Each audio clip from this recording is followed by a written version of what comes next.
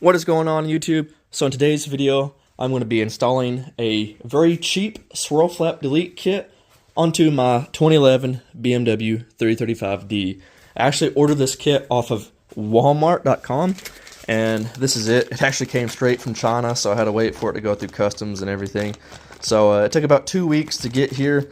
As you can see, I'm not going to use these included gaskets and O-rings, but the actual swirl flap blanks themselves, they are aluminum and they have O-rings on them. I know a lot of people upgrade the O-rings, so that is an option, but I'm just more concerned about the blanks themselves. I'm not going to use these gaskets, but you know, I'm doing the entire delete series on this car. I already have a complete walkthrough and guide.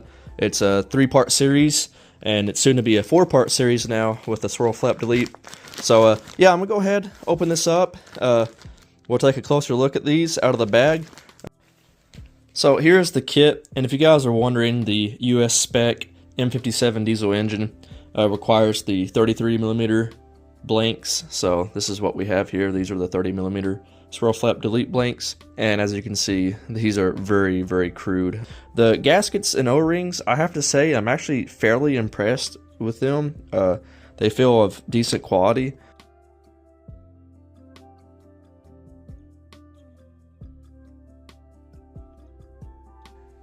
All of this right here, I'm pretty much throwing away, but the blanks themselves, the O-rings I do trust. I know some guys use like RTV to help really seal these, because you know they can leak if the O-rings are bad quality or they have a rip or a tear or something. But anyways, I mean, they're just aluminum blanks. I mean, how bad could they really be? So if you guys are interested in the whole delete series, you may want to start from part 1, because I'll show you guys how to unbolt this whole cowl section and remove this. The cowl section was a bunch of 8mm, if I remember correctly. These are 5mm Allen heads. You have this little sensor here that you pull out. You can pull to the side. All of my stuff is it's loose. Nothing's bolted down. Just for reasons like this. If I want to upgrade or do maintenance, it makes life a lot easier, but it still has the OEM look. It still sound deadens exactly how it should, factory. So yeah, as you can see, I mean, it's just loose, so I can get this stuff out quickly and get to important maintenance items very quickly. Okay, with the first half of the engine cover off and the cowl off, we have access to the strut bars that we need to remove. You have this little plastic cover here. Just take a flathead, you can actually just turn it, and then it pops right off, and that exposes an E16. You just have to loosen that up. You don't have to take the bolt out. Once you loosen it up, you have 2 E14s already have a socket on it, and you can actually pull those bolts completely out, and these strut bars just slide out. And once you slide those out, you can expose this one. You can get to, it's another set of 5mm Allen head bolts. This one's tucked underneath that bar. So once you remove those 2 screws, then you have the strut bar cowl. This thing's actually very important, so when you take this off, make sure you put it back on, but it's like a rain guard. Rain can actually come in through the cowl and drip onto your 5 and 6 injector harness. Okay, earlier I said that was an E16. I lied, it's an E18. So like I said, just loosen it up, then we can remove these E14s. See, look, proof. Okay, so with the E14s completely removed and the E18 just loosened up, like I said, you can just slide these strut bars right on out. So there's 1, and there's 2, and now we can remove 3. I'm pretty sure they were 10mm. I just had the center one in because I have removed this before, so you only need just the one to hold it in. Okay, so it's a 10mm. So now this piece is loose.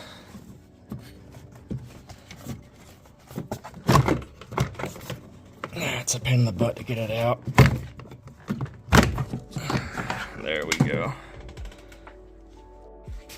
And this thing's a pain in the butt too. Just gotta do a lot of prying and pulling, and you'll get the right combination eventually.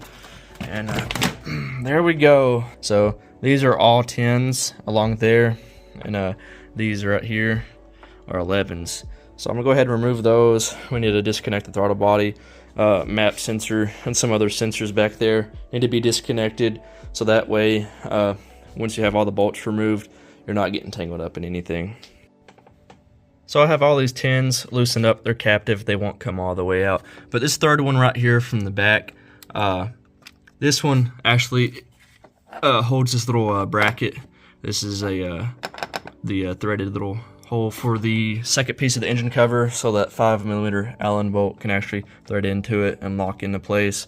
So just make sure when you loosen this third one up right here from the back, you don't lose this piece. Unlike the 10mm bolts, those are captive, these 11mm nuts are not. So be very careful when you are loosening those up, because you can drop them. Luckily, they are magnetic, they're not aluminum, so keep a magnet handy. So I'm gonna show you guys all these 11mm, and there is a hidden one over here. I don't know if I'm gonna be able to get my phone in here to show you guys, but there is another. Let me see. Try to get the camera snuck up in here. There it is. You can see it right there. At the very end of the intake manifold, you have another 11mm nut. So go ahead and remove that, and then we can disconnect our connectors and throttle body. So this back 11mm nut was probably the trickiest one. I just went ahead and disconnected this electrical connector to get a little bit better access to it down in there. And I had to use a wobble joint to get the socket to fit it in place to get underneath the cowl. But now with that removed, we got one electrical connector. Here's another one we can disconnect.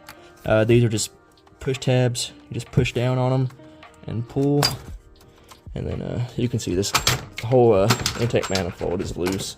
So now we'll just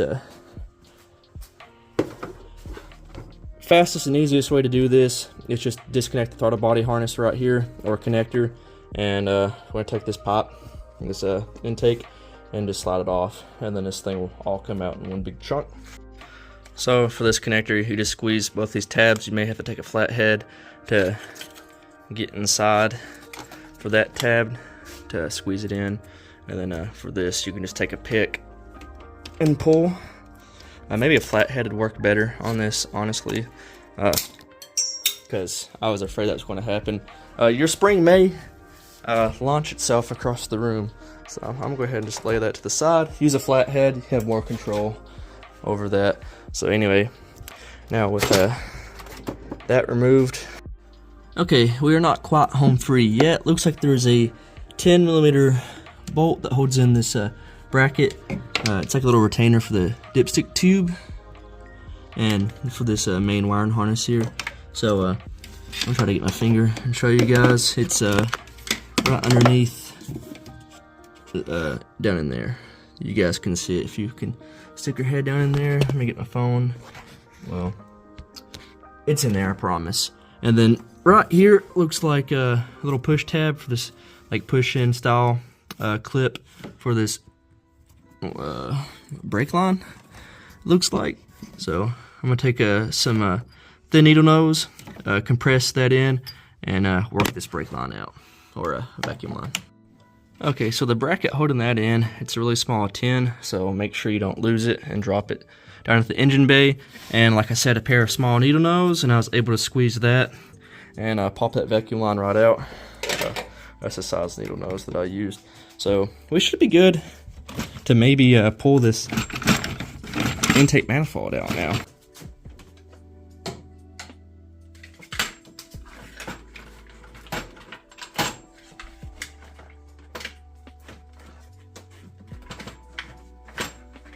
So there is another electrical connector that is for the swirl flap motor.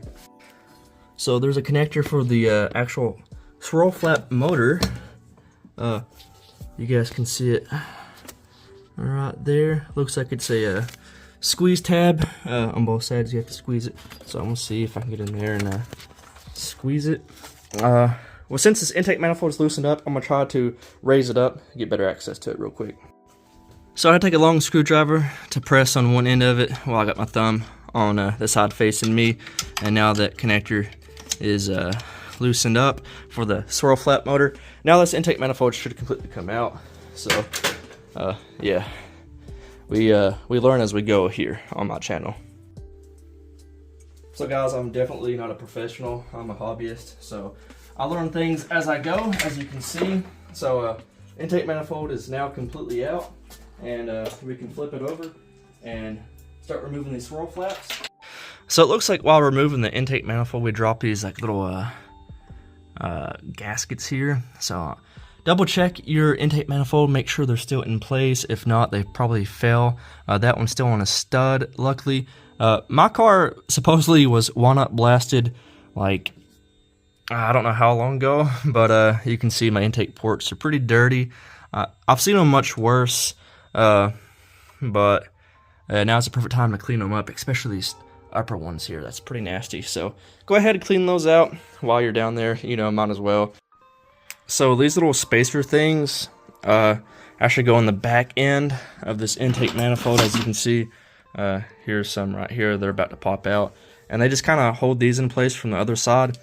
These are kind of like little bushings that slide over those studs that stick out from the head when you try to line this thing up.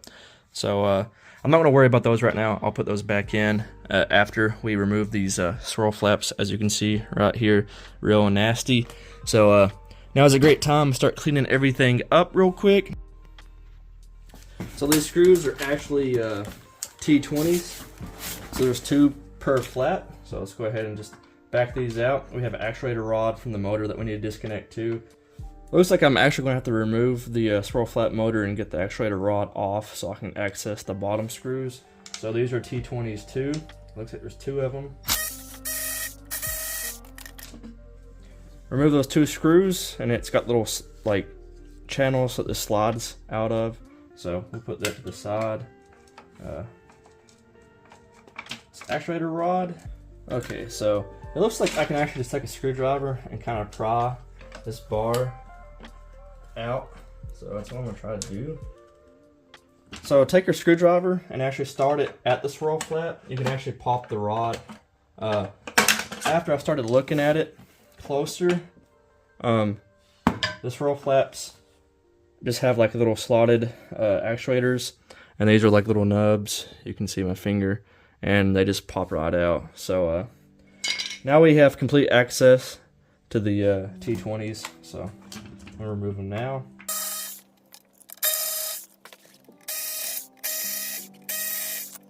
With the screws removed, now we can take this flathead, and we should be able to pry these things out. I do believe.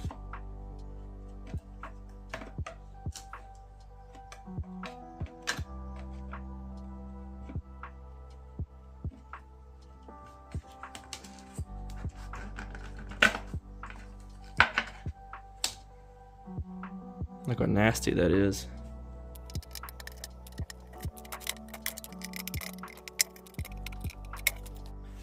Okay, so these little bushing things kept popping off. I don't want them to fall off as I'm putting the intake manifold back on.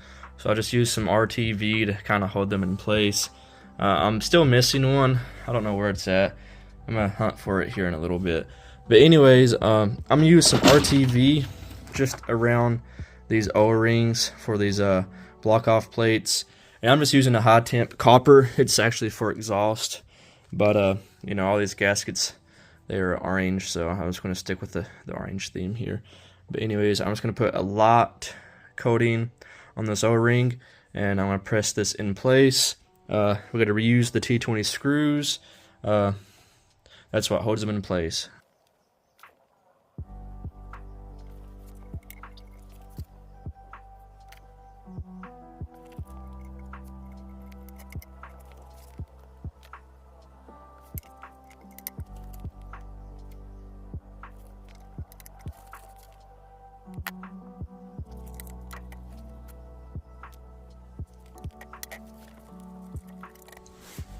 Okay, now that I have the swirl flaps in, I'm gonna go ahead and thread these in, these little T20 screws, and we'll go ahead and torque them in place.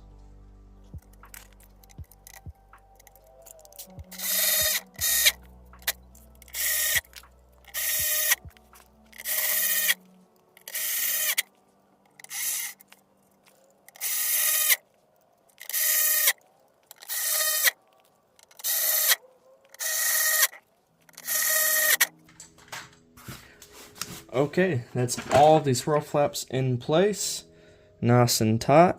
RTV to help seal them in place so we have no leaks whatsoever. I'm tuned for a swirl flap delete already. Like I said, I already deleted this car. This is just one thing I needed to do to physically delete it because I had it in the tune as it was deleted. But if you guys want to avoid a check engine light, what you can do is actually just put your motor back in place and connect it. The computer is going to, tell it to operate, open the flaps and close it. It's not going to know these flaps are deleted as long as it's still hooked up. So you guys can go ahead and put that on. I'm just going to put it on just to have it out of the way. So, in case if I ever wanted to revert it back to use swirl flaps, I still have the motor. Okay, now I'm putting the intake manifold back on.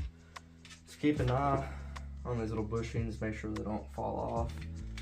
It would suck if they were to fall off into the cylinder head. So let's ease this thing back in place.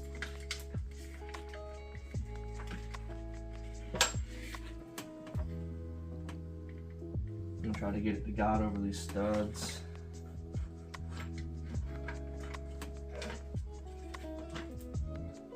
I think it's his intake pops in the way. Yeah. There we go. So I'm just double checking those bushings, making sure they're all there, and they are. So if those bushings are in place, now you can push these things on without risking pushing the lower bushing out. I'm not gonna lie, this is a stupid design.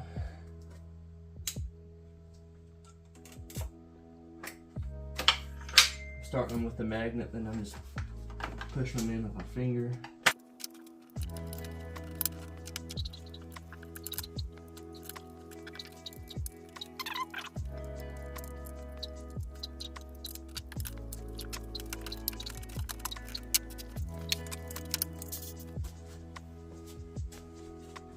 Now to get these started, start from the inside out when you go to tighten them. Now I'm going to start from the center out with the nuts as well.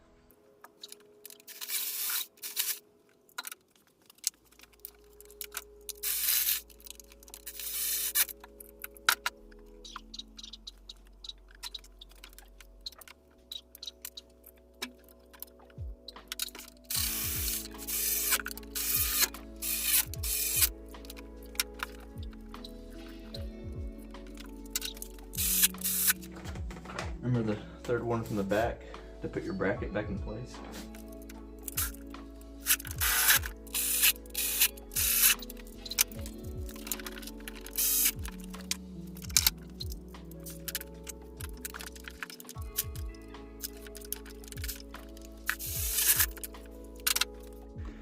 Okay, so now you can go ahead and get your intake tube started back in. Remember my spring clip, it flew off, so grab it, push it back in place, and that will lock that onto the throttle body. Just like so. Throttle body connector, snap it back in place. These two back connectors, don't forget those.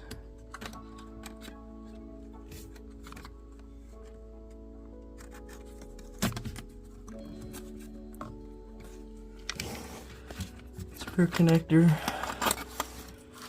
make sure you hook it up, and then your swirl flap connector.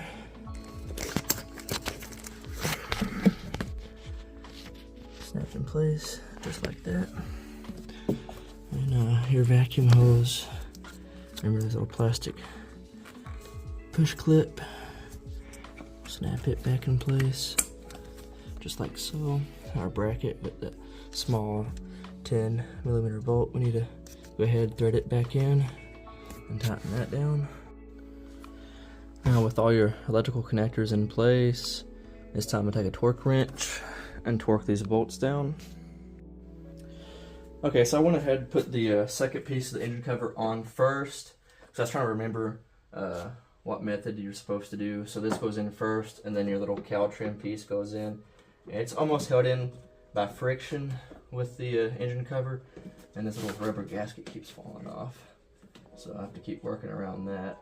But anyways, once you get this that cowl piece in for your strut bars, you can just take your 10mm and go ahead and get that started. So that's what I'm going to do right now. Tighten up the 5mm Allen head into that bracket. Now we can put our strut bars back on.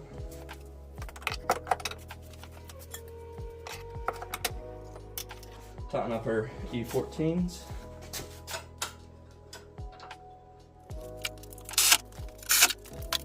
And then the E18.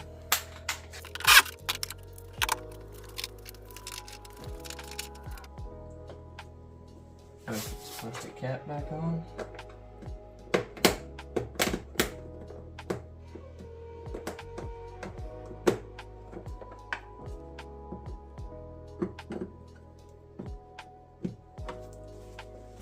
I'll put my cowl piece back on.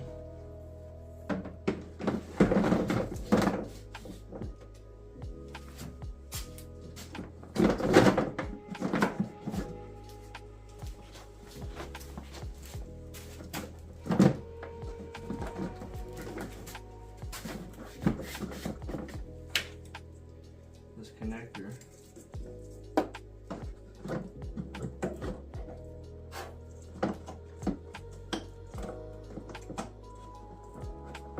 So take the oil cap off real quick. Put the engine cover back on.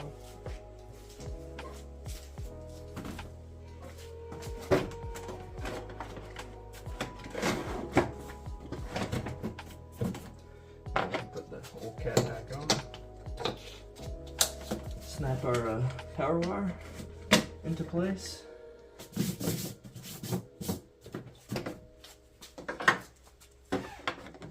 And now take it for a test drive. Just got back from a quick test drive. The car is doing great, and pretty much swirl flap install went successfully. So that's part 4 of my delete series on my 2011 BMW 335d. As always guys, thanks so much for watching, and stay tuned for more.